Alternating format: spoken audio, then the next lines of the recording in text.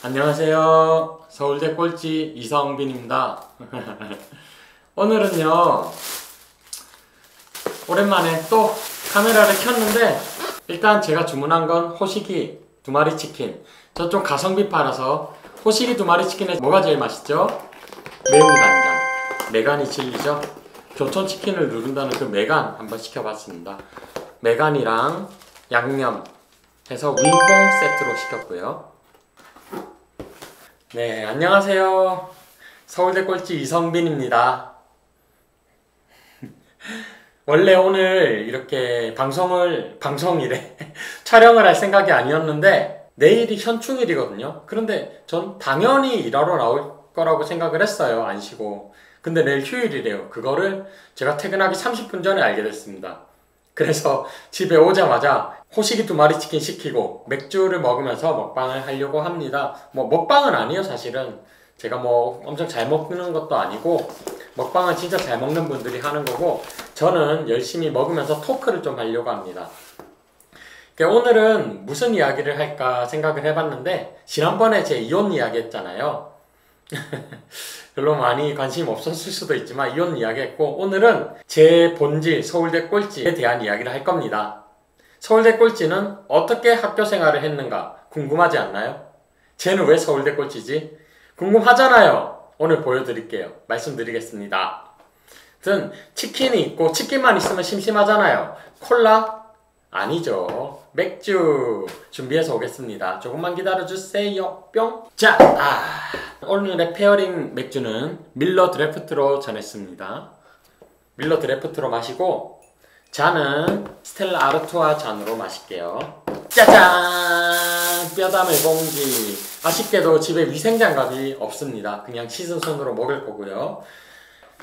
제가 안성에 한 달 전에 왔는데 진짜 빈털터리로 왔거든요. 땡전 한 푼 없이 왔어요. 그래서 여기 와서 그래도 우리 병원의 강 원장님이 저를 챙겨주셔가지고 먹고 살면서 이제 첫 월급날까지 버텼고, 오늘 첫 월급날이었습니다. 그래서 이거 시킬 수 있는 거고, 아직 위생장갑을 못 샀습니다.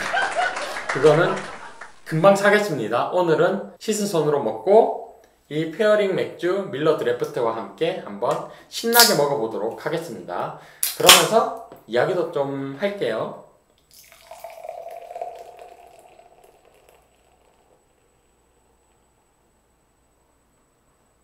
좋다. 원래 맥주는 이렇게 기울여 따르는 게 아닙니다. 거품이 나게 따르는 거고, 맥주를 캔맥으로 먹으면 생각보다 맛이 없는데 따라 먹으면 진짜 맛있거든요. 그 이유가 맥주가 머금고 있는 이 많은 기포들이 있어요. 이런 것들이 속으로 들어가면 소화가 안 되고 부글부글해서 트름이 나온단 말이에요.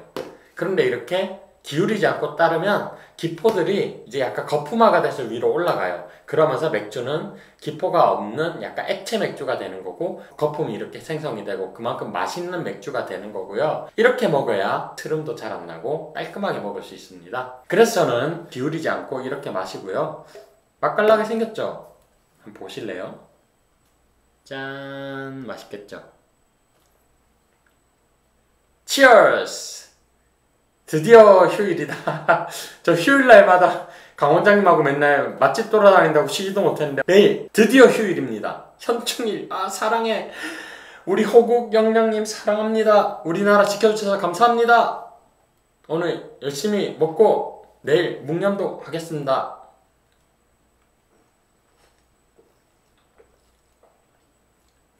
너무 시원하다. 대박. 여름이라서 더 맛있어. 자, 일단 이야기하기 전에 호식이 치킨 전설의 메간 한번 먹어보겠습니다. 매운 간장.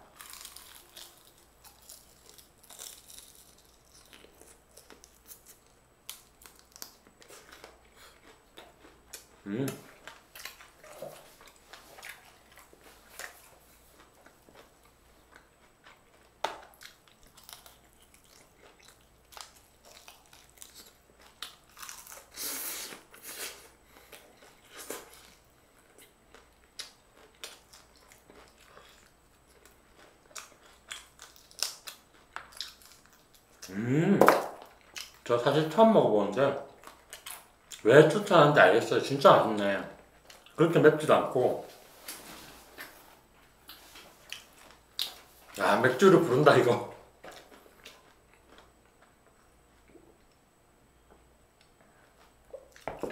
그리고 원래 내가 좋아하는 양념.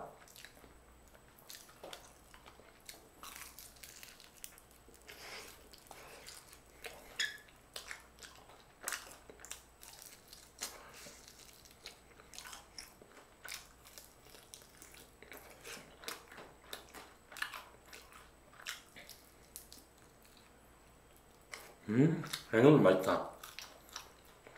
호시가 견과점이 진짜 심하거든요. 제가 저 서울 관악구 살 때 근처 호시기야 못했는데 이 집 진짜 잘하네요. 안성 호시기는 잘합니다. 맛있어요.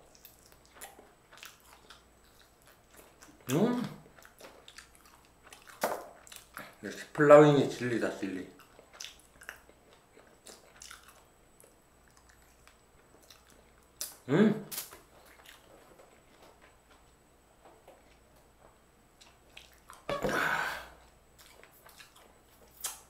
이야기를 시작해볼까요?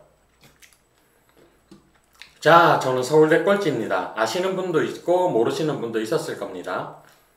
저는 생각보다 TV에 많이 나와서 제가 서울대 꼴찌라는 걸 알렸었습니다.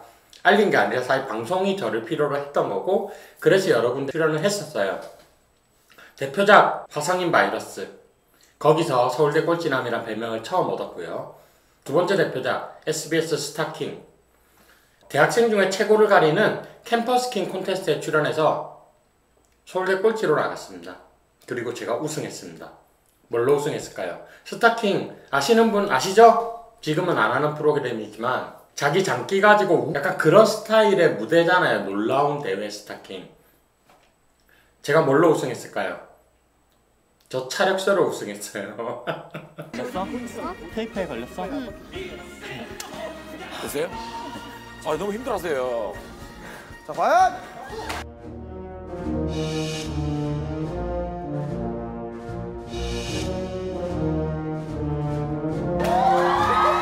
빠이야!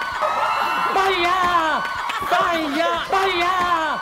빠이야!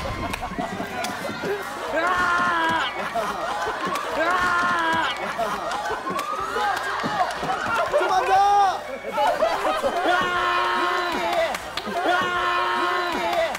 졸업 시즌을 맞았지만 대졸자들의 얼굴엔 수심이 가득합니다.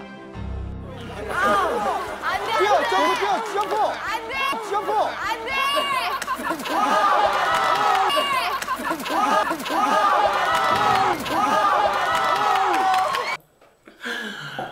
네, 차력소.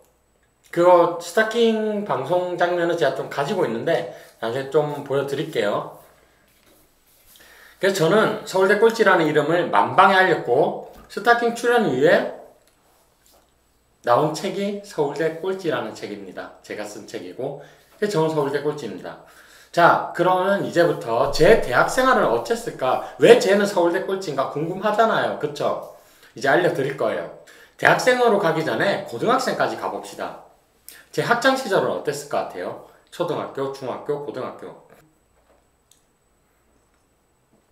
어땠을까요? 공부 잘했을까요? 못했을까요? 대부분은 잘했다고 생각하겠죠. 그래도 쟤는 서울대 가서 꼴찌한 거잖아 라고 생각을 하잖아요. 저는 공부를 못했습니다. 제가 중학교에서 고등학교 갈 때 제 최대 고민이 그거였어요. 인문계 가야 되는데 성적이 애매한 거예요. 인문계 실업계 애매한 성적에 걸려 있었어요. 어떡하지. 그때 최대 고민이 그거였고, 결국 저는 인문계를 가는데 성공은 했죠.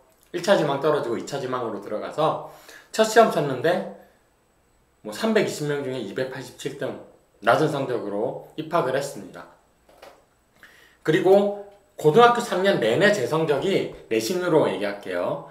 내신 0에서 100 기준으로 100이 제일 못하는 애, 0이 제일 잘하는 애. 저는 몇이었을까요? 42%.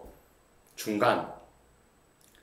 자, 여러분들 반에 30명이 있다고 치면요, 반에서 한 13등 정도 하는 애를 생각하면 저예요. 반에서 13등 하는 애가 서울대 간 거예요. 신기한 일이죠. 제가 어떻게 서울대 갔을까요? 그거부터 미스터리예요. 저는 원래 공부를 하는 관성이 없는 애입니다. 제가 서울대 간 거는 재수생 시절 1년 동안 짝 열심히 해서 간 거예요. 지금은 가기 어려울 거예요. 지금 제가 수험생이라면. 왜냐하면 수시 비중이 너무 높아요. 정시 비중이 너무 낮아요. 하지만 그래도 제가 갈 때는 수시 비중보다 정시 비중이 높았고 수능으로 승부 볼 수 있는 세대였기 때문에 저는 가능했고요. 제 수능 점수는요, 전국 200등이었어요. 그리고 서울대 의대 커트라인보다 높았습니다. 서울대 의대는 애매했어요, 제가 가기에. 근데 서울대 의대 밑에 있는 거의 모든 의대들 제가 다 갈 수 있었어요. 서울대 의대가 애매했던 이유는 내신 때문에. 서울대는 국립대라서 내신을 많이 반영하거든요. 하지만 저는 의대에 전혀 뜻이 없었기 때문에 서울대 공대로 간 겁니다. 당연히 공대에서는 제 성적이 최상이었죠.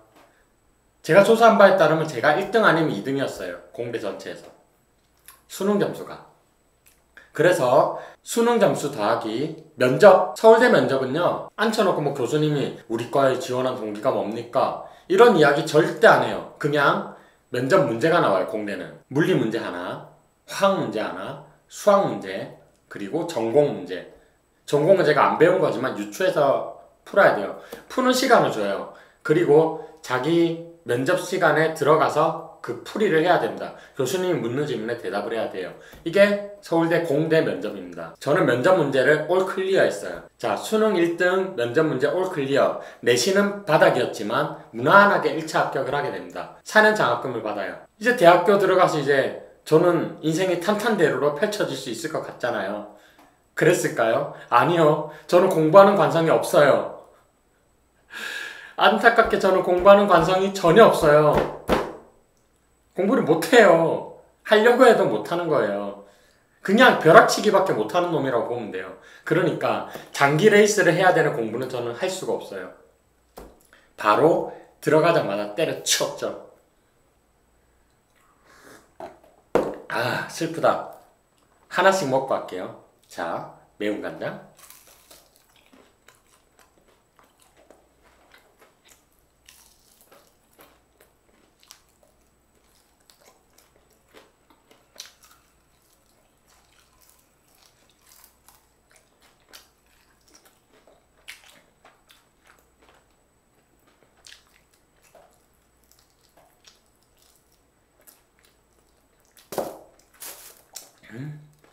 이번에는 양념.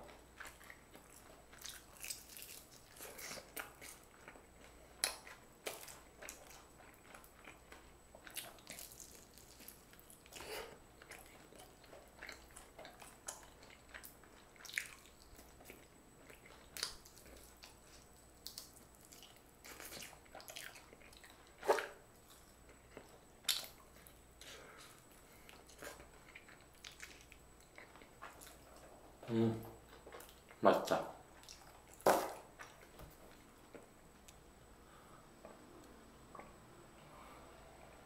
짠! 자, 저는 대학교 1학년이 됩니다. 근데 저는 공부하는 관성이 없고 공부에 관심이 없었어요. 여기서 그냥 간단하게 하나만 말씀드릴게요. 제가 서울대 재료공학부를 왜 지원했는 줄 아세요? 제가 서울대 재료공학부를 간 이유는 타임머신 만들려고.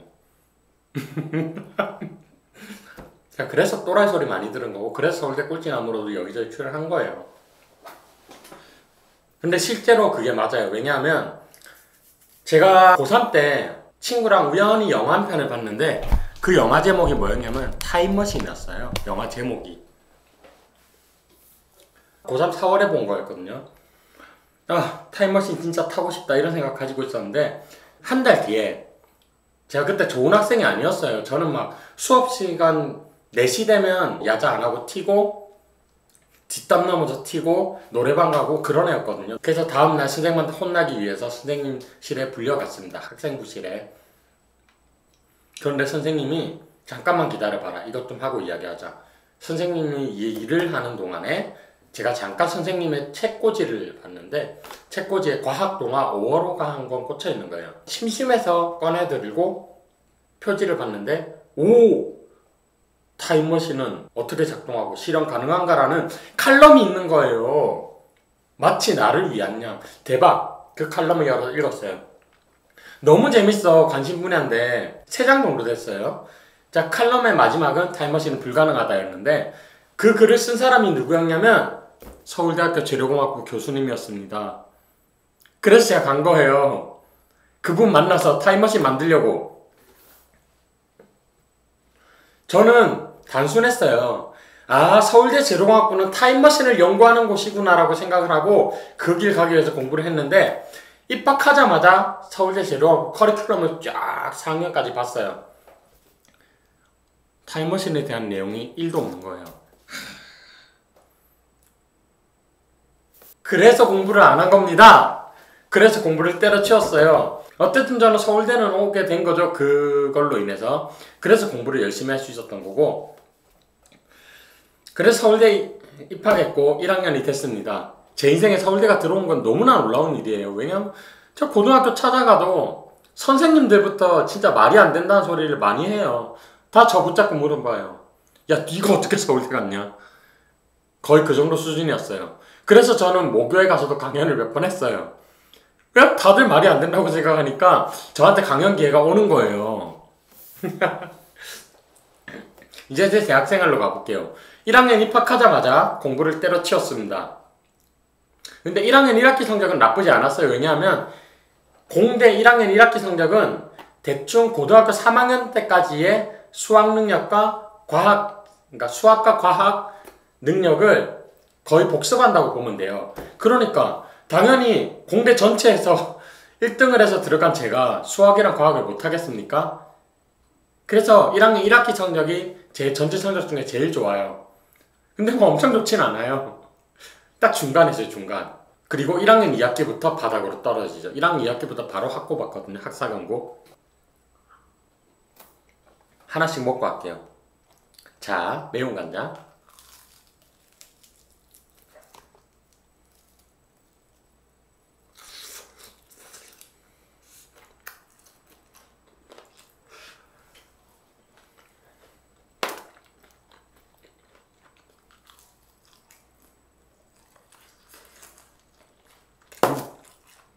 맛있다.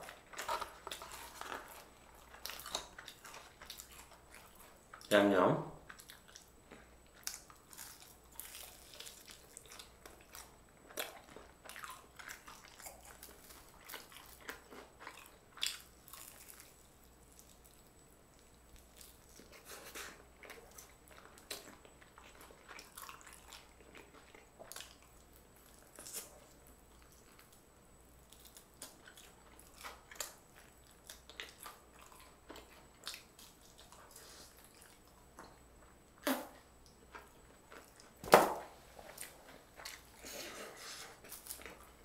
짠!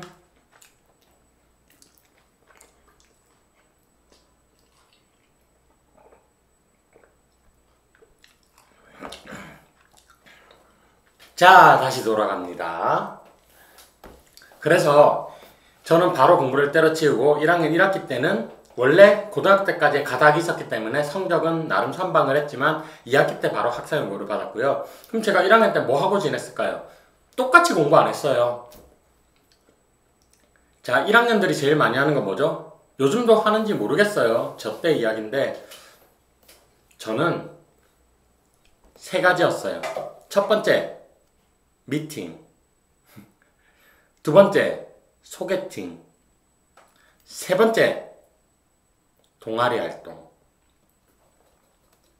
그래서 저는 동아리를 들어갑니다. 근데 제가 고등학교 때까지 찐따였어요. 친구도 없고 왕따. 그리고 여자들한테 너무 인기가 없었어요. 여자 너무 사귀어보고 싶은데 못 사귀었던 고등학교 생활이었거든요. 중고등학교. 그때가 모쏠이었죠. 자, 대학교 입학을 해서 좀 성격을 좀 변화시키려고. 어쨌든 여기는 저를 아는 사람이 없잖아요. 그래서 인생 변화를 꿈꾸게 되고 그렇게 입학을 한 겁니다. 들어가자마자 첫 번째 동아리는 뭘 골랐는 줄 아세요? 미술 동아리요. 진짜 솔직한 말로 예쁜 누나들이 너무 많았어요. 예쁜 누나들! 동아리 전체 여자 비율이 한 90%에 육박을 했고요. 예뻤습니다. 그래서 들어갔어요. 그래요. 맞아요. 근데도 뭐 거기 제 짝은 없더라고요. 아무튼 뭐 슬프지만 미술 동아리 활동을 했었고요. 나중에 2학년 때 그래서 미술 동아리 회장까지 올라가요. 왜냐하면 1학년 내내 얼마나 열심히 활동했겠어요. 공부 던져놓고 활동하는데. 그래서 2학년 때 회장 자리도 올라갔었고, 그리고 이제 2학년 때 또 과대도 해요. 과대표. 1학년 내내 공부 안 하고 놀았는데 얼마나 학과 활동도 열심히 했겠어요. 선배 부르면 무조건 나가고. 또 나름 말술이라서 그냥 뭐 저랑 술 마시면 다 KO 시킬 정도로 말술이에요. 그러니까 사랑받았죠. 운동권 선배들한테. 운동권 선배들이 술 얼마나 많이 먹이는데. 네. 자, 그래서 동아리에서 사랑받았고 과에서 사랑을 받아서 2학년 때 동아리 대표도 하고 과대도 했습니다. 자, 그리고 미팅 소개팅. 제가 1학년 때 했던 미팅의 횟수 몇 번일까요? 53번입니다. 다 셌어요.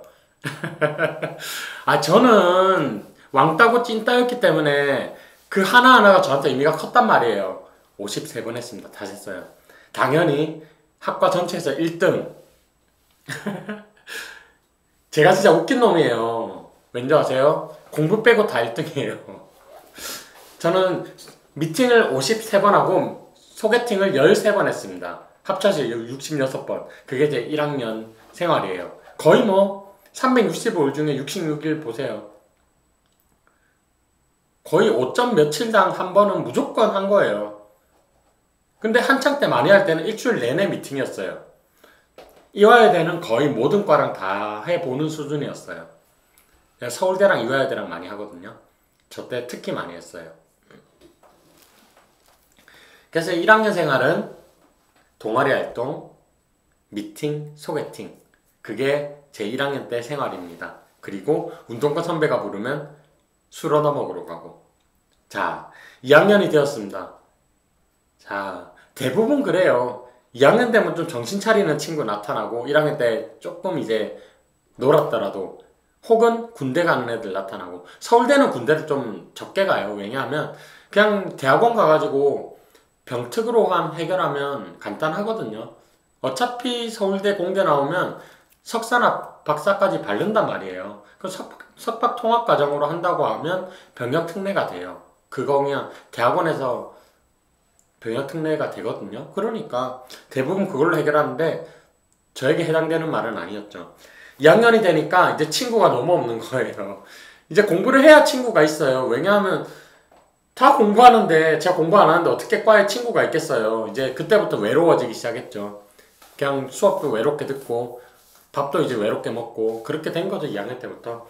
그래서 근데 그 와중에 어쨌든 저는 동아리가 남아있잖아요. 동아리 열심히 해서 동아리 회장 됐잖아요.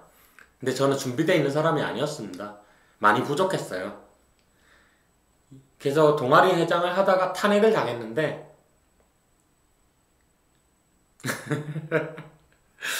탄핵을 당했는데 괜찮아요. 아무도 원망 안 하고 제가 부족한 거 맞으니까 원망 안 해요. 탄핵을 당해서 이제 동아리라는 친구도 없어진 거예요. 학교가 너무 외로워졌어요. 근데 그때쯤 되니까 너무 억울해지는 거예요.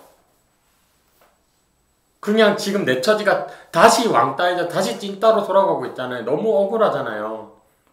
그래서 일탈을 꿈꿔요. 그래서 무슨 일탈을 꿈꿨는 줄 아세요?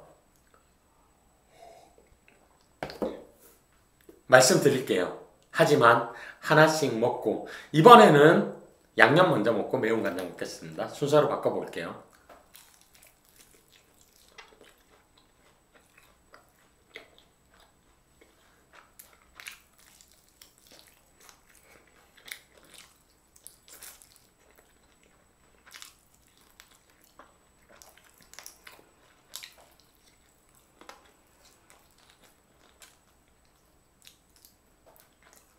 맛있어. 안성 부시긴 잘해요.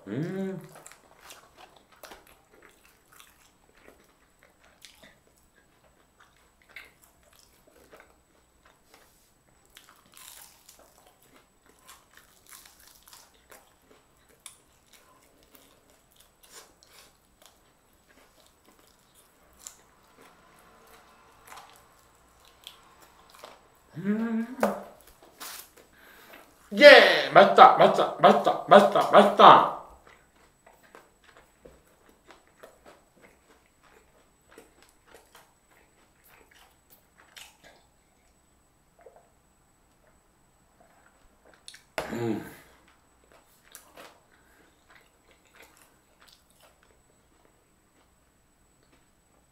자, 이어갑니다. 2학년이자 저는 모든 친구가 사라졌어요. 동아리까지 사라져버렸어요. 그래서 뭔가 억울해지고 저는 일탈을 꿈꾸게 됩니다. 무슨 일탈을 했을까요? 하나, 둘, 셋. 방송. 내가 유명해지기로 결심해요. 감히 나를 그렇게 대해 내가 유명해져서 너희들이 후회하게 만들어주지. 약간 그런 마인드였어요. 그때 뭐 개인 방송이 있던 시절도 아니었고 무조건 공중파에 나가야 되죠. 당시 진짜 인기가 많았던 프로그램이 있었어요. 케이블 쪽이었는데 요즘으로 따지면 비유가 안 맞을지는 모르겠지만 요즘으로 따지면 솔로 지옥이나 연애 프로그램이에요. 그때 제일 핫했던 연애 프로그램. 당시 제일 핫했던 연애 프로그램. 최근에 제가 보는 채널 중에 유튜브 채널 중에 레인보우 출신의 조연영 씨가 하는 그냥 조연영이라는 채널이 있거든요. 거기서 그 프로그램을 최근에 오마주 했어요. 뭘까요? 아찔한 소개팅입니다. 아찔한 소개팅. 거기 출연 신청을 합니다. 바로 출연 확정이 돼요. 온라인으로 시청자가 출연하는 걸 요청하는 게시판이 있거든요. 거기에 제가 이러이러한데 출연하고 싶습니다 넣었더니 바로 출연 결정이 되고 아찔한 소개팅에 출연을 합니다. 도전자로 출연을 해요. 그래서 퀸카가 나오고 5명의 도전자가 있거든요. 아찔한 소개팅의 컨셉을 말씀드리면 목걸이를 하나 메고 가요. 퀸카가 첫 번째 도전자부터 5번째 도전자까지 순서대로 도전을 하는데 솔직히 첫 번째 도전자가 매칭될 확률이 없어요. 퀸카는 일단 5명이 다 궁금하거든요. 그래서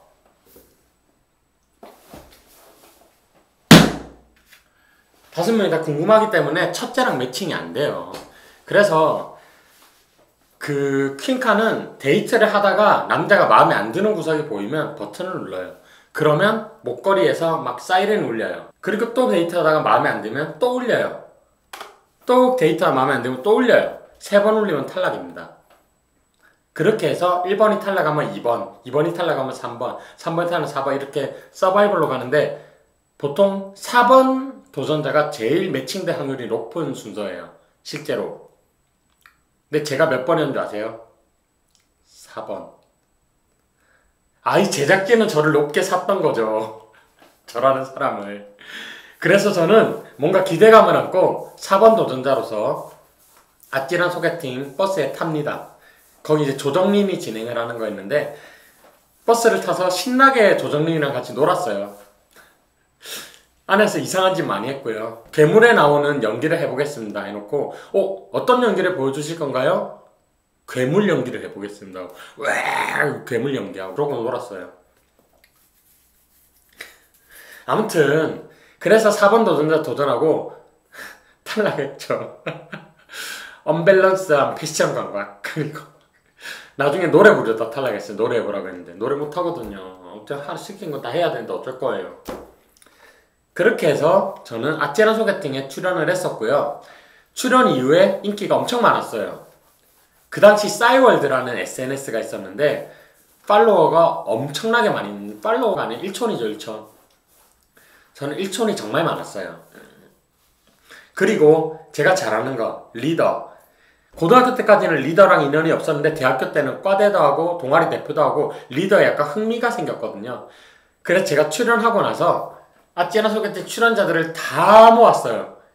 그리고 조직을 결성합니다. 아찌나 소개팅 출연자 모임. 제가 결성을 해서 제가 회장이 됩니다. 그때 워낙 핫한 프로그램이고 지금도 이제 막 연애 프로그램 나오는 친구도 유명해지잖아요. 그때도 그랬어요. 그래서 이제 모임을 가지잖아요. 압구정, 강남역 이런 데서 모임을 가지면 사람들이 우르르 몰려와요. 막 사인해달라고 사진 찍어달라고 하고. 뿌듯했죠. 그냥 그러고 놀았었어요. 아찔한 소개팅에 출연을 했고 나중에 아찔한 소개팅이 원이 끝났어요. 종료가 되고 이제 시간이 지나고 한 3달이 지나고 이제 시즌2가 기획이 됐는데 그때 갑자기 저한테 제작진이 전화가 오는 거예요. 시즌2에 들어가는데 성빈씨가 시즌1 도전자 중에 굉장히 활약이 많았으니까 예고편 촬영을 해달래요. 그래서 시즌1에서 활약이 뛰어났던 딱 3명의 도전자가 예고편 촬영에 들어가요. 그 중에 한 명이 저였어요. 유명했죠.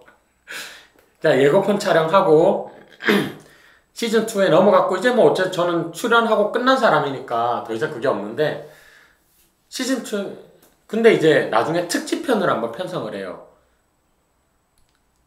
그런데 떨어진 사람 중에 뭐 아쉬운 친구들을 모았는지 몰라 저를 또 불러요. 그래서 저는 아찔한 소개팅 특집편에도 2번 나와요. 특집편에는 막 도전자 한 30명 모아놓거든요. 20명을 모아놔요. 여자 10명, 남자 10명. 그러니까 그때는 그냥 토크 프로그램, 토크쇼예요. 토크쇼. 도전자 10명, 남자 10명, 여자 10명 모여가지고 토크쇼를 하는 건데 어떤 이제 별장 같은 데 모여서 근데 갑자기 조정민이 자, 여러분들 그때 출연했을 때 탈락해서 아쉬우셨나요? 다가 네 아쉬웠죠. 그럴 줄 알고 준비했습니다. 지금 밖에 나가면 킹카랑 퀸카가 대기하고 있는데요. 여러분들의 아쉬움을 달래드리기 위해서 다시 한번 도전의 기회를 드리겠습니다. 가장 아쉬웠던 도전자 1명씩만 선정해서 여자 1명, 남자 1명, 킹카랑 퀸카한테 도전해보도록 하겠습니다. 와, 10명 중에 1명이잖아요. 막 박수치고 막 그냥 막 놀았죠. 자, 그러면 자 도전할 사람을 말씀드리겠습니다. 이성빈씨. 네? 당황했죠. 갑자기 저보고 도전하래요. 10명 중에 1명이 저였어요. 그래서 제가 퀸카한테 도전하게 됩니다. 다시. 또 유명해졌죠. 거기 출연했던 패션 잡지에도 실렸어요. 뭐가 얼마 아찔한 소개팅 출연자 패션 룩 이래가지고 그래가지고 저는 아찔한 소개팅에서는 약간 히어로에 가까웠어요. 진짜 유명했어요. 그러고 나서 전국구 스타가 됐죠. 저 팬클럽이 있었어요. 저는 되게 생각이 약간 또라이 같은 게 있어요. 제가 생각해도 일상적인 걸 되게 싫어해요. 남들하고 다르게 행동해야 돼요. 무조건. 자, 서울대생들 다 공부하면 저는 공부 안 해야 되고요. 아, 청개구리예요. 그러니까 제가 속한 일반 집단에서 일반적인 사람들이 어떤 행동을 하면 저는 다른 행동을 해야 돼요. 자, 이제 저는 유명한 사람이고 어떻게 보면 약간 연예인에 가까운 사람이었고 팬클럽도 있는데 그러면 팬클럽이 있으면 연예인들 뭐예요? 열심히 팬하고 소통을 하다가 나중에 팬 미팅을 하잖아요. 저는 남달라야 돼요. 제 팬클럽에 속한 모든 팬들을 찾아서 팬 여행을 떠납니다. 저는 팬 미팅을 안 하고 제가 찾아다녀요. 다 찾아다녔어요. 그냥 날 잡고 한 달 동안 만나서 뭐 할게요? 그냥 차 마시고 밥 먹고 노래 부르고 끝! 바로 다음 장소 이동하고 그렇게 살았어요. 저는 그게 낭만이라고 생각했고 저는 그렇게 살았어요. 그렇게 살았습니다. 어쨌든 그래가지고 저는 유명했었고 그렇게 1년 정도 사니까 이제 셀럽으로 살잖아요. 재밌어요. 그냥 길 가다가 저를 알아보는 사람도 있고 근데 그때 꽤 많이 잘생겼었거든요. 강남역을 걸어가다가 그래서 이제 나레이터 모델 어리고 예뻤어요. 나레이터 모델이 자꾸 제가 지나가려는 잡는 거예요. 그래가지고 한 번만 응모하고 가세요 해가지고 추첨해가지고 상품 드린다고 응모를 했어요. 그게 적어가지고 이제 제가 넣으려고 했는데 나레이터 모델이 저한테 주시면 제가 넣어드릴게요 해가지고 줘 갔거든요.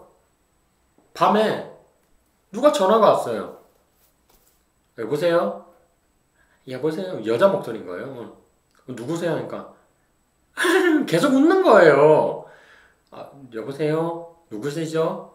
계속 웃어요. 계속 웃어요. 대답도 안 하고. 아, 누구신데 지금 전화해서 웃기만 하세요. 죄송해요. 혹시 이성빈 씨죠? 예, 맞습니다. 혹시 낮에 강남역에 걸어가다 그거 추첨하면 응모한 거 기억나세요? 아, 네네네. 응모했었죠. 아, 저 그때 하고 있던 나레이터 모델인데 사실 성빈 씨 너무 마음에 들어가지고 추첨하면 안 넣고 제가 그거 가져갔어요. 그래서 지금 연락처 보고 전화 드리는 거예요.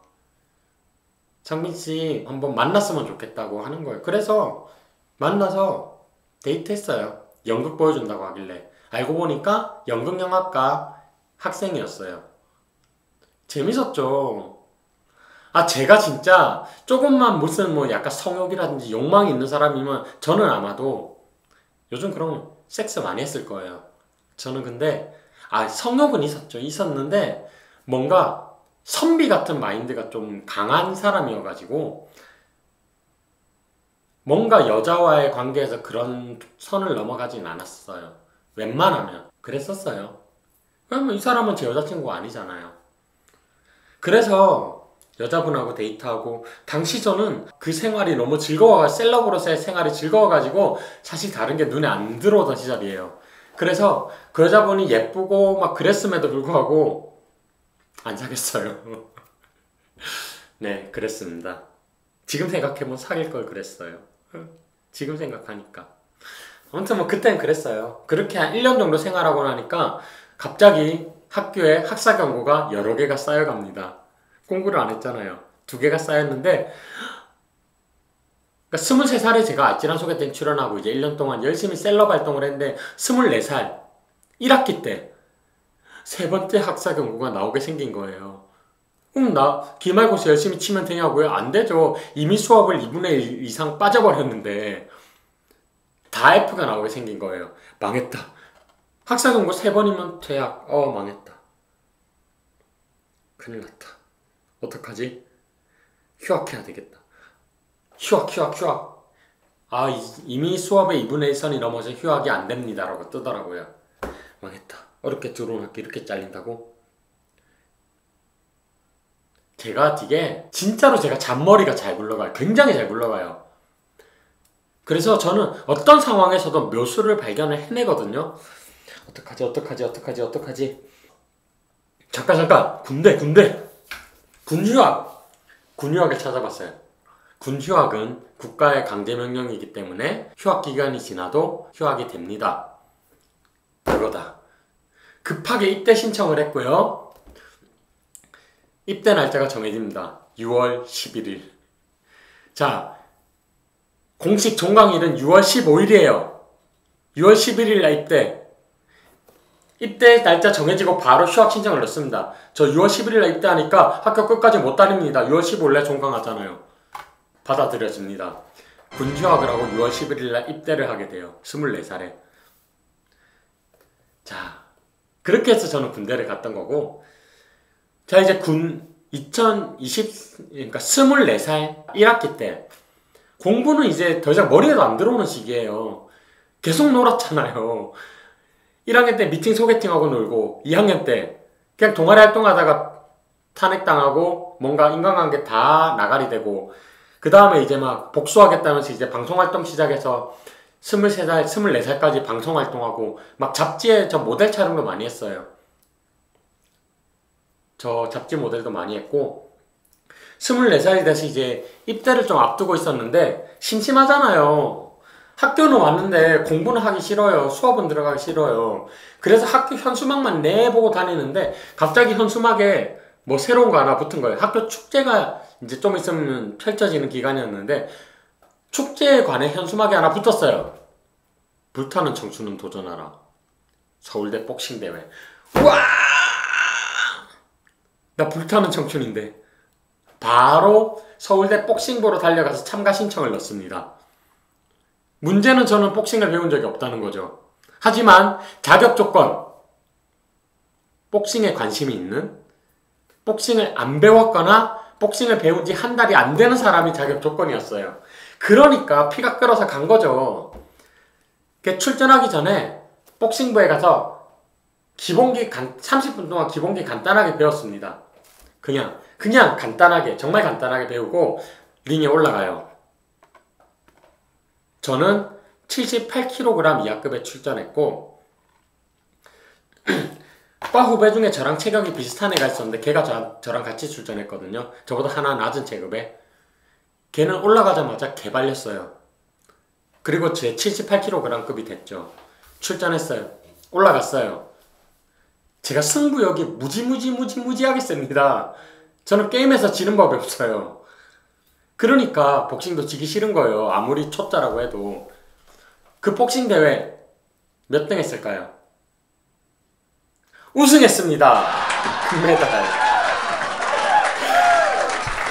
아마추어잖아요. 아마추어도 아니죠. 입문도 못했는데 저 결승전 KO승으로 이겼어요. 미친 거죠. 자, 복싱 대회 또 너무 재밌을 것 같아. 그냥 얘기해 드릴게요. 이런 얘기 안 하려고 했는데 할게요. 복싱 대회 어땠는지 말씀드릴게요. 자, 제 체급에는 4명이 출전을 했어요. 저 포함해서. 자, 1차전 저보다 키가 작고 뭔가 몸이 더 넓었어요. 제가 키가 크니까 제가 키가 184거든요. 근데 제 1차전 상대는 키가 한 175 정도밖에 안 돼 보였어요. 그러니까 리치가 제가 길잖아요. 그러니까 딱 시작하자마자 뭔가 이제 좀 제 마음속에서는 저는 막 뭔가 좀 이제 엄청 이 성향의 활발한 성향의 상대가 너무 약간 찐따처럼 보이는 거예요. 그래서 땡 울리자마자 걔는 이제 복싱 하겠다고 이렇게 잡고 이제 딱 이제 들어오고 있는데 천천히 저는 그냥 복싱을 할 줄 모르는 사람 저벅 걸어가서 걔가 이제 때릴 수 있는 거리에 와서는 계속 때렸어요. 계속 때렸어. 계속. 얘가 당황하는 게 보여요. 야, 네가 하는 게 복싱 맞니? 계속 때렸어요. 근데 얘가 저를 한 대도 못 때리고 그냥 무지막지하게 계속 맞았어요. 근데 제가 KO를 못 시켰어요.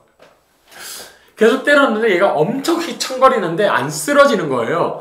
근데 계속 때리는데 점점 제 주먹이 이제 힘이 드는 거예요.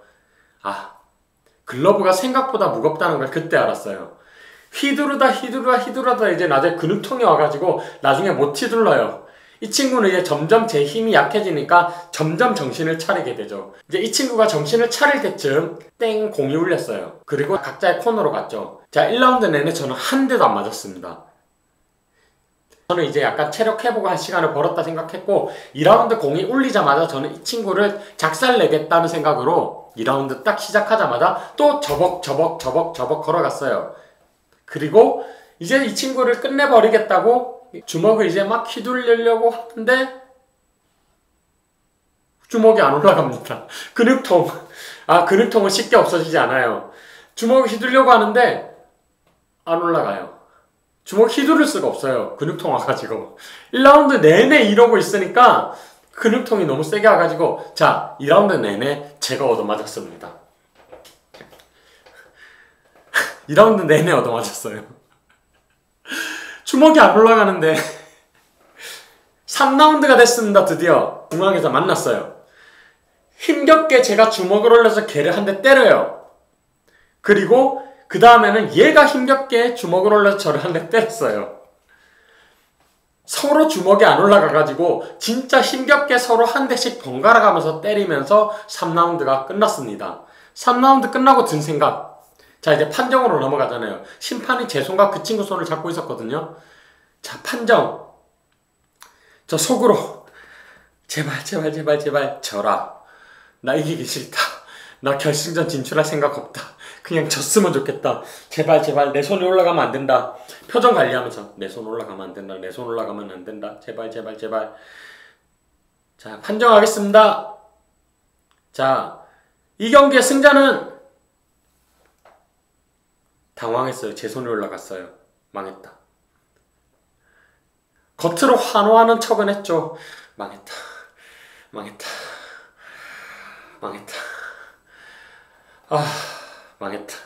결승전 어떻게 해요? 자, 제 다음 경기에서 이제 4강 2차전이 열렸거든요. 여기서 이기는 사람이 이제 결승전 상대니까 어쨌든 결승 진출했잖아요. 누구랑 붙는지 알아야 되잖아요. 다음 라운드 누구랑 붙는지 보기로 결심을 해요. 그래서 다음 라운드 경기를 지켜봅니다. 이번에는 한 명이 엄청 커요. 190이 넘어요. 한 명은 키가 작은데 몸이 역삼각형이에요. 그냥 완전 몸이 역삼각형. 근육남, 완전 근육남. 둘이가 붙었는데 문제는 둘이 베스트 프렌드예요. 베스트 프렌드가 만난 거예요. 근데 링 위에서 프렌드가 뭐가 없더라고요. 땅 시작하자마자 근육남이 그 꺽다리 개 패고 끝났어요. 망했다. 저는 꺽다리 응원했거든요. 망했다. 제가 내 상대라니. 자, 결승전은 다음날 열리는 거였어요. 자, 어떻게 됐는지 먹고 말씀드릴게요.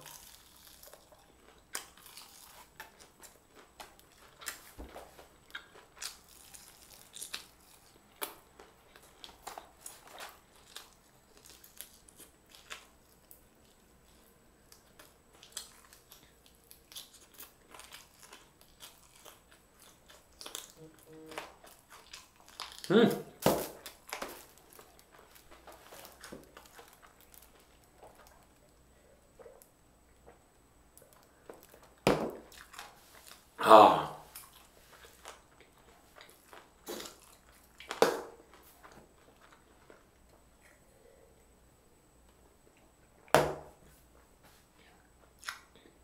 맥주 한 캔 더.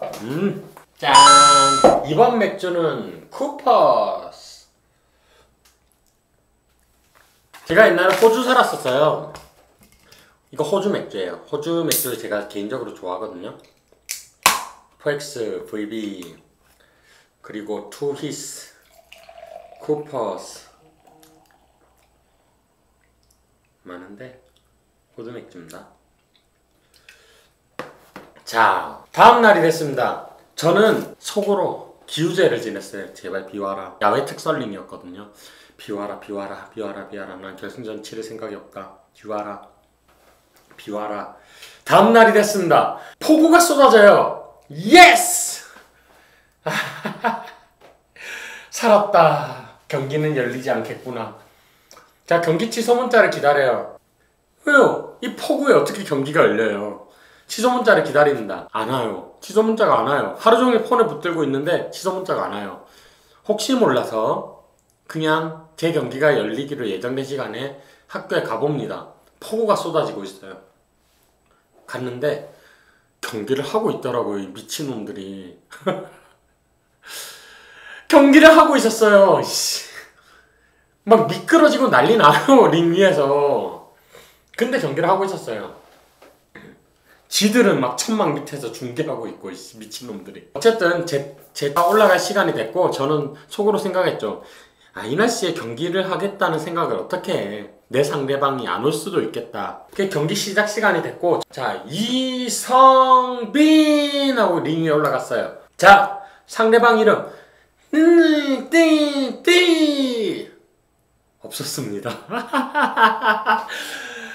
안 왔어요. 그래서 이 아나운서가, 야, 그러면 3분만 기다리겠습니다. 3분 안에 안 나타나면 이성빈 씨의 부전승으로, 이성빈 씨 우승으로 처리하겠습니다. 자, 3분을 기다렸어요. 그리고 3분 동안 나타나지 않았어요. 이제 아나운서가 얘기했죠. 자, 마지막 10초 세겠습니다. 10초 동안 안 나타나면 이성빈 씨의 우승으로 처리됩니다. 10, 9, 8, 7, 6, 5, 4, 3, 나타났어요. 아씨, 3에 나타났어. 이씨. 아, 주인공처럼 나타나 버렸어. 젠장. 네, 경기 열렸습니다. 경기 열렸어요. 자, 1라운드가 시작됐습니다. 저는 이미 이 근육맨이 얼마나 잘하는지를 봤습니다. 제가 봤잖아요. 제가 볼 때는 쟤한테 주먹 한 방만 맞으면 저 그냥 뒤질 것 같더라고요. 그래서 저는 평생 동안 저희 형한테 맞고 자랐거든요. 엄청나게 회피 능력이 강해요. 웬만한 주먹은 다 보입니다. 동체 시력이에요. 평생 맞고 살아가지고. 그래서 안 맞기로 결심해요. 저 중경 쉴 때 어떻게 했죠? 저벅 달려가 때렸죠. 인파이터였어요. 이 친구한테 인파이팅을 할 수 없었어요. 저는 아웃복서로 변신을 했습니다. 링을 길게 쓰면서 피하면서 다녀요. 저는 계속 피합니다. 심지어 저는 때리지도 않아요. 왠지 아세요? 때리면 아프고 아프면 얘가 화날까봐. 복싱 대회 나가서 상대방이 화날까봐 한 대도 안 때렸어요. 1라운드 내내 저는 한 대도 안 맞았어요. 솔직히 얘기할까요? 안 때린 건 아니에요. 자, 우승해야 되잖아요. 어쨌든 시작은 됐고 점수 따려고 주먹을 냈는데 세게 안 냈죠. 주먹을 내고 콩 왜 콩콩콩 때렸을까요? 화날까봐. 화나면 안 되잖아요. 그래서 그냥 때리는 척만 한 거예요. 공격을 다 피하면서 때리는 척만 콩콩콩 했어요. 1라운드가 끝났습니다. 속으로 생각했죠. 그래, 이제는 때릴 필요도 없다. 점수는 나만 땄고 이제 그냥 이렇게 3라운드가 끝나면 내가 우승이다. 그리고 콩콩콩 살짝 때렸으니까 상대방도 나한테 화나지 않았을 거다. 그렇게 생각을 하고 1라운드 끝나고 제 자리에서 쉬고 있다가 상대방을 봤어요.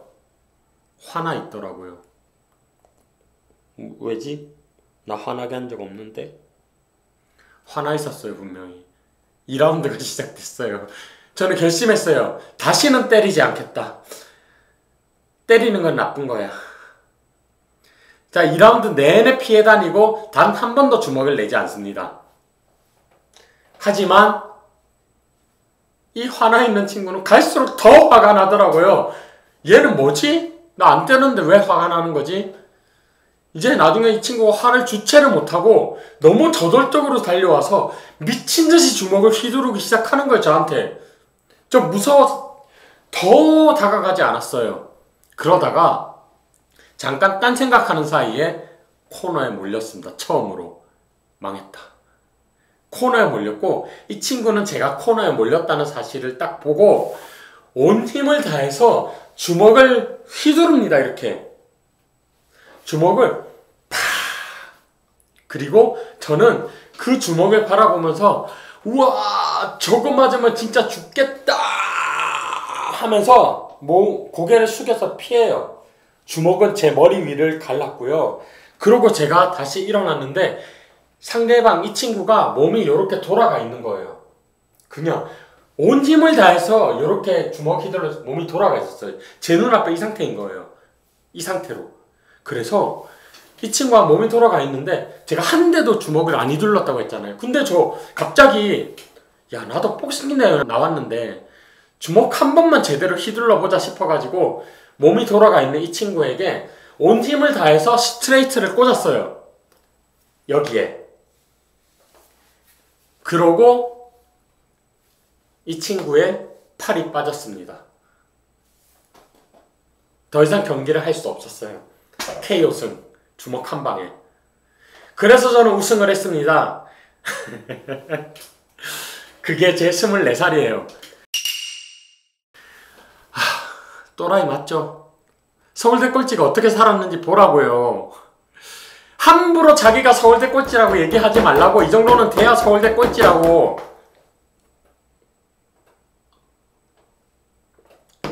좋다. 자, 우승한 기념으로 하나 뜯겠습니다.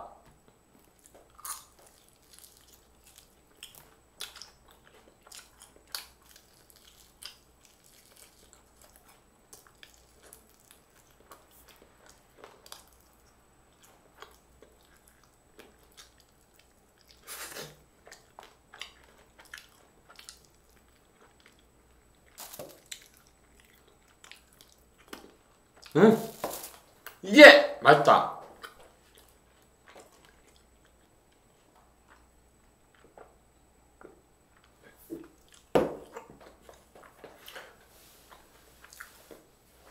그렇게 해서 저는 군대 가기 전에 복싱 대회 우승이란 타이틀을 얻게 됩니다. 복싱을 안 배운 놈이.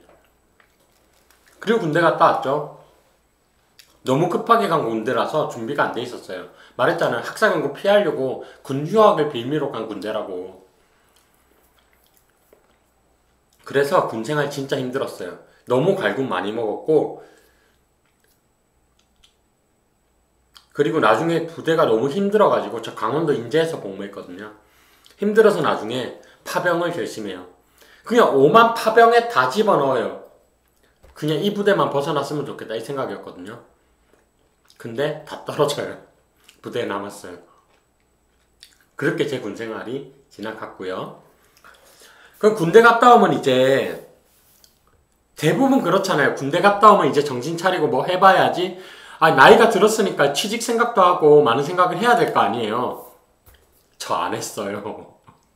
군대 갔다 오고 이제 해방감이 생겼어요. 야, 군대 갔다 왔다. 그리고 나는 학교에서 잘리지 않았다. 이제 안 잘릴 정도로 학교 다녀야지 이거였어요. 저는 여전히 2학년이었고요. 군대를 갔다 오니까 26살이었어요. 갔다 오니까 또 심심한 거예요. 제가 뭐 학교에 친구도 없고 이제 군대 갔다 왔으니까 더더욱 없어요. 그래서 심심해가지고 학교에 공지사항에 들어가니까 무슨 멘토링 프로그램이 있는 거예요. 근데 제가 군대 가기 전에 멘토링이라는 개념 자체가 별로 없었어요.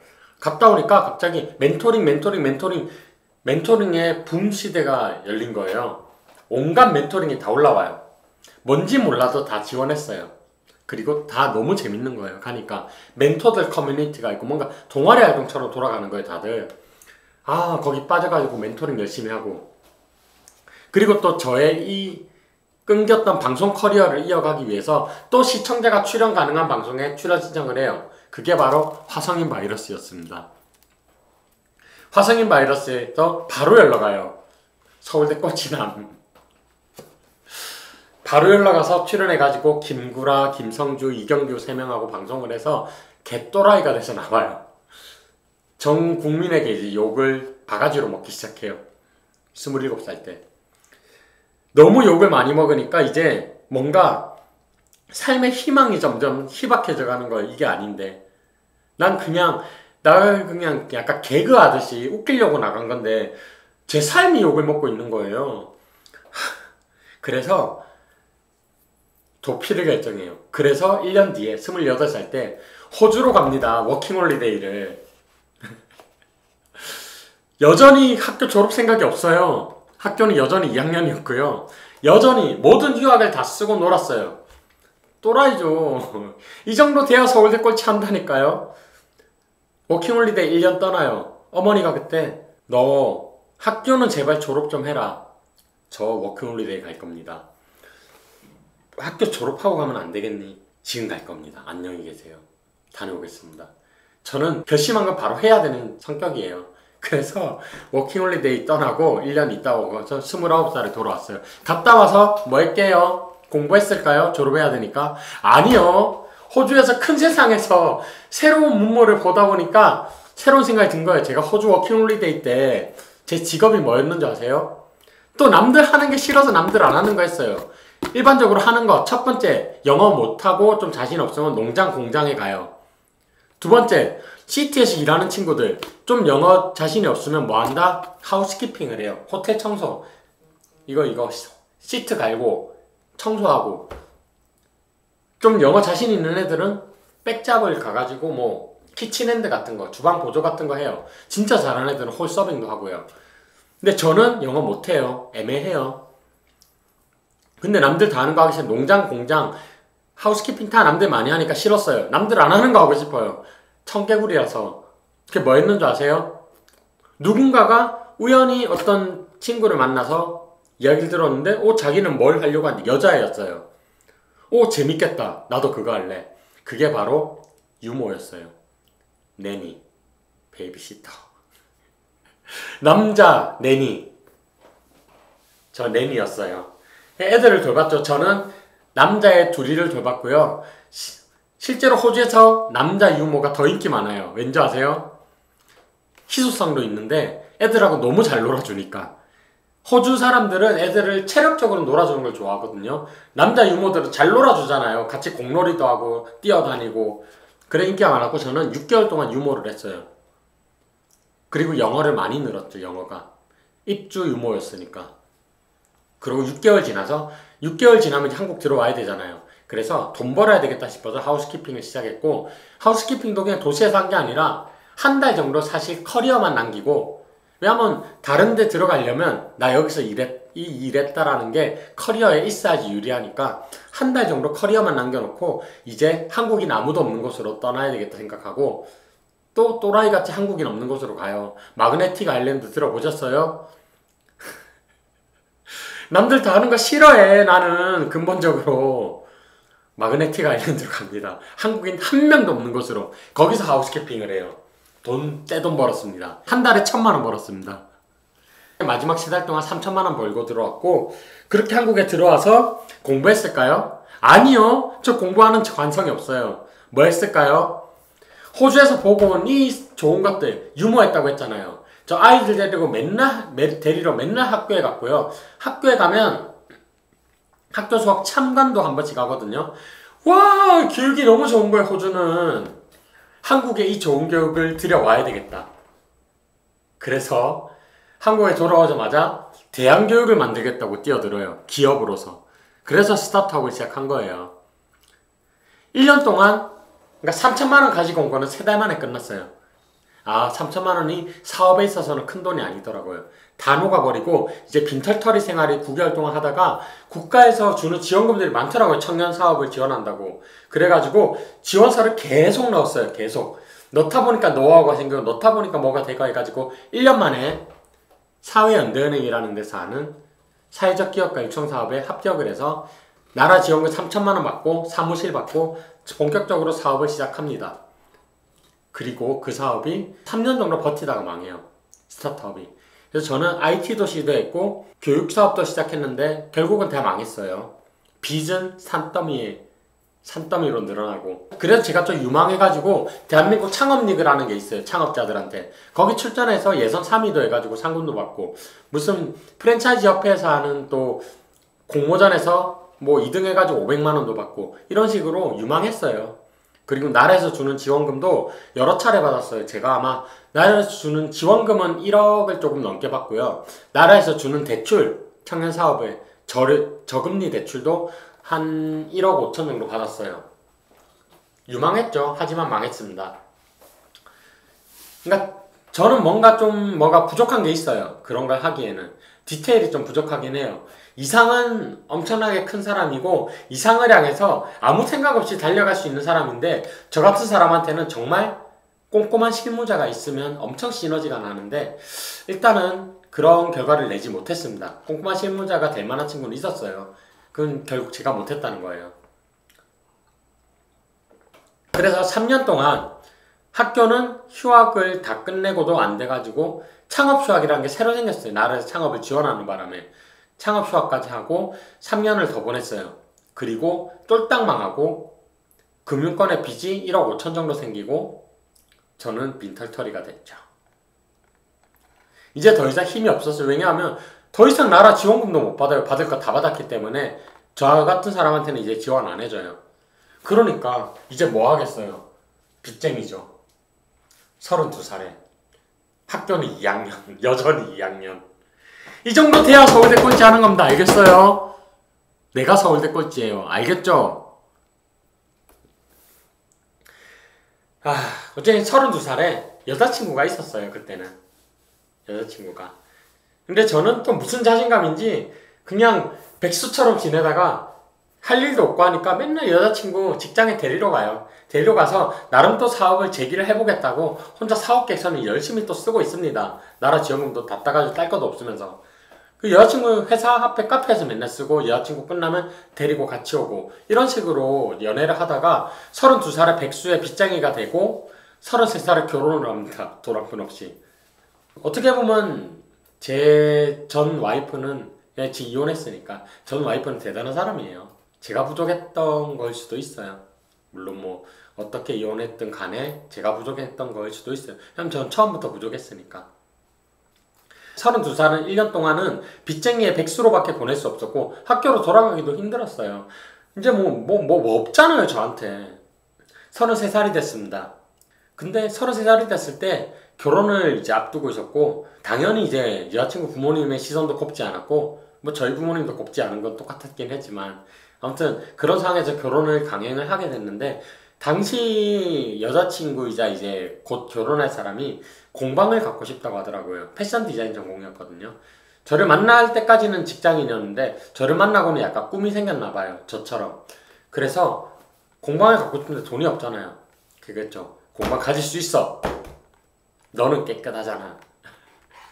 저 국가사업 잘 따낸 노하우가 있잖아요. 그래서 뒤에서 서포트 해줘가지고 사업계획서 작성부터 무슨 뭐 사업계획서 발표 동영상, 발표 준비 이런 거 다 제가 옆에 서포트 해줘가지고 합격을 시켜요. 그리고 나라에서 이제 청년 사업자를 지원하는 지원금과 대출을 받아가지고 공방을 차리게 됩니다. 그게 제가 운영했던 카페 몽켓이에요.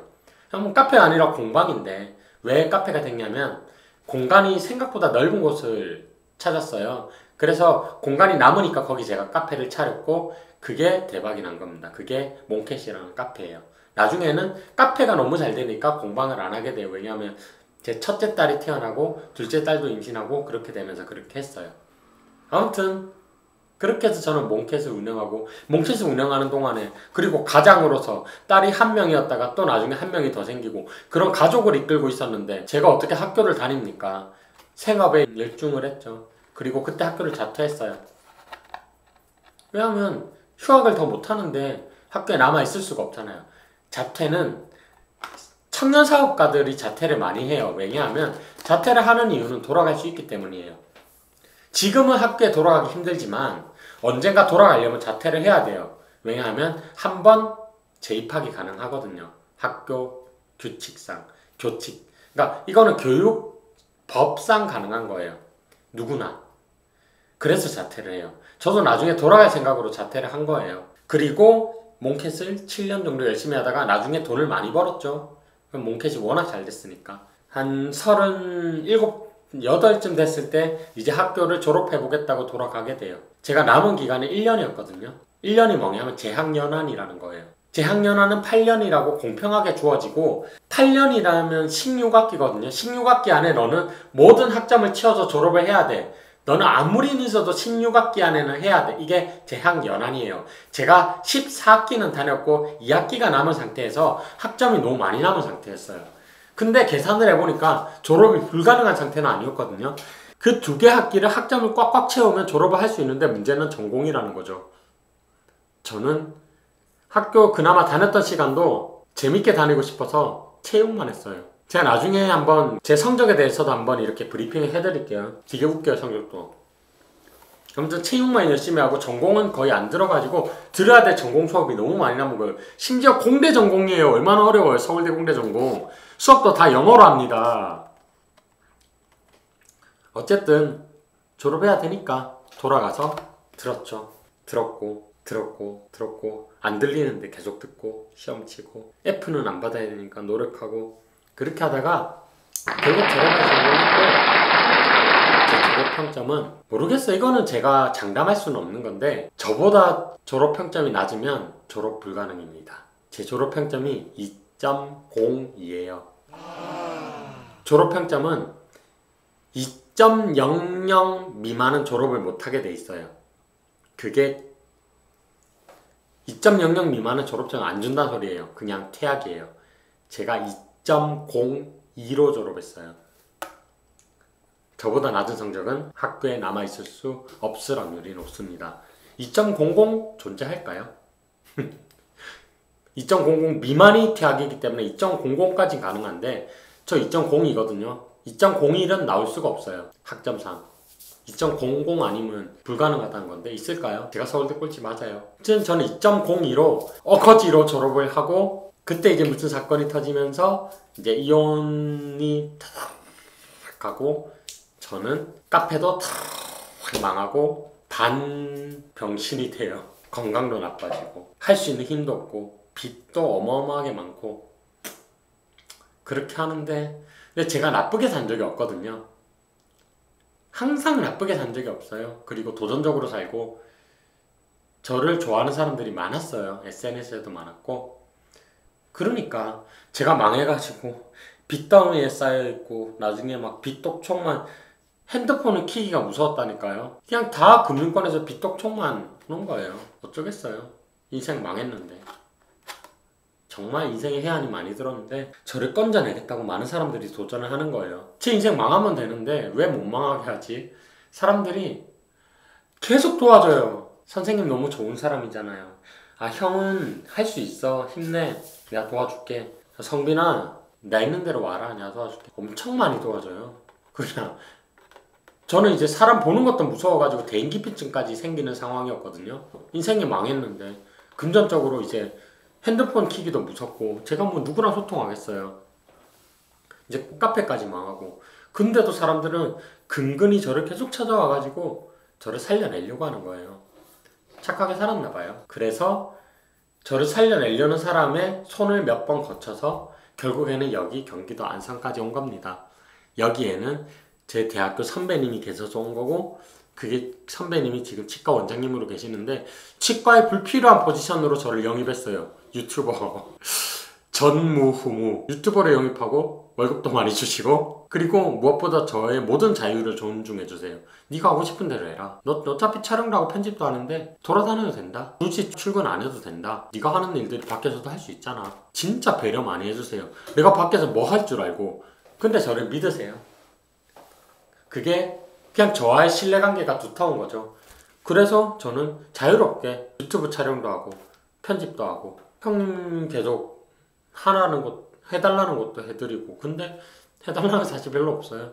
그리고 심지어 저 강연도 지금 엄청 많이 다녀요. 근데 형님 좋아하세요. 너무 웃기지 않아요? 아니 뭐 내가 뭐라고 왜 계속 도와주냐고. 다들 감사합니다. 진짜 감사해요. 저 이제 망한 줄 알았고. 아니 나는 딸한테 너무 면목이 없잖아요. 딸 제가 키우고 있거든요. 이혼 이후에. 지금 제가 돌보기가 어려워서 부모님한테 가 있는데 언젠가 제가 데리고 올 거거든요. 어쨌든 딸한테도 이제 좋은 아빠가 돼야 되는데, 물론 결혼했을 때 가정생활을 할 때 저는 주말만 되면 애들 데리고 놀러 다녔어요. 피곤하고 힘들어도 애들한테 추억을 만들어주고 싶으니까. 그게 사랑으로 발전할 수 있으니까 그랬는데, 지금은 제가 못하잖아요. 빈털터리에서 아무것도 없고. 그리고 앞으로도 애들한테 해줄 수 있는 게 없으면 어떡해요. 근데 그런 사람들이 저를 살려주고 지금 이제 대학교 선배님 밑으로 또 오면서까지 이분이 나를 제일 많이 살려주셨죠. 결국 딸한테도 뭔가 많이 해주라고 엄청 뭐 많이 해주세요. 아무튼 그래서 딸한테도 이제 당당하게 아빠가 될 수 있는 거예요. 좋은 아빠가. 그럴 자신이 생겼어요. 그래서 여기서 저는 굉장히 행복하게 유튜버 생활을 하고 있고요. 서울대 꼴찌는 서울대에서 정말 제대로 된 공부를 해본 적도 없고 성적도 최악으로 졸업을 했지만 어쨌든 졸업을 했으니까 저는 서울대 타이틀을 가진 서울대 꼴찌가 됐고요. 서울대생의 주요 루트, 뭐 경영대 경제 이쪽으로는 뭐, 그러니까 상경 쪽으로는 무슨 고시 공부를 하든가 CPA를 준비하든가, 아니면 공대 쪽으로는 대기업을 준비하든가, 아니면 기술고시를 준비하든가, 뭐 법대는 뭐 옛날에 사법고시, 지금은 뭐 로스쿨, 그리고 뭐 공대생들도 이제 일반적으로 요즘에는 의학전문대학원 편입을 많이 준비하고 미트 디트 치면서, 그러니까 그런 걸 하는데 저는 아무 거에도 해당이 안 되잖아요. 이 정도 돼야 자기 인생을 멋대로 살고 개척하고 있는 서울대 꼴찌를 보고 있는 겁니다. 지금 제가 어떻게 살아왔는지 보세요. 지금 유튜버예요. 지금 앞으로도 제 미래가 어떻게 될지 몰라요. 하지만 보여드리겠다는 거죠. 제 딸한테도 당당한 아빠가 돼야 되니까. 저 딸 너무 사랑하거든요. 멋진 아빠가 돼야지. 그래서 저는 여기서 서울대 꼴찌 유튜브를 하고 있는 겁니다. 아우, 긴 시간이었죠. 근데 오늘 거는 제가 편집을 별로 안 할 거예요. 그냥 있는 그대로 봐주셨으면 좋겠고 진짜 재밌었으면 좋겠어요. 그리고 진짜로 제가 미래에 멋진 일을 많이 해낼 수 있을지 응원을 좀 많이 해주셨으면 좋겠습니다. 진심으로 부탁드립니다. 길에서 저 알아봐 주시면 너무 감사하고, 저 여전히 이 성향이라 알아봐 주시면 신나거든요. 같이 노는 것도 좋아하고. 저 막 빚에 쪼들릴 때는 제가 아이인 줄 알았어요. 근데 저 이 맞더라고요. 지금 보니까 다시. 아무튼 저는 잘 할 겁니다. 국가비 또 최근에 해결했어요. 개인회생 해가지고 3년 해가지고 최근에 끝났거든요. 야호. 잘 하겠습니다. 앞으로도 변함없이 착하게 사는 서울대 꼴찌 이성빈 되겠습니다. Cheers! 너무 감사합니다. 구독, 좋아요, 댓글 부탁드립니다. 저는 한 분 한 분이 너무 소중하고요. 정말 모든 분들께 댓글 다 달아드리고 모든 분들께 진심으로 크게 감사드립니다. 진짜로. 만나면 제가 더 많이 감사드리고 만나면 더 잘할게요. 저 만나고 싶으면 안상에 오셔도 돼요. 저는 전국에 있는 팬들을 만나러 돌아다니는 스타예요. 얼마든지 만나요. 알겠죠? 사랑합니다. Cheers. 끝. 빠빠이. 원샷.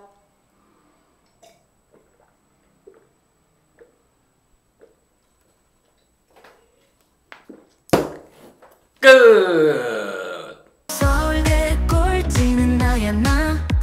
졸업 평점이 992. 서울대를 20년 다닌 학교의 산증인 살아있는 화석.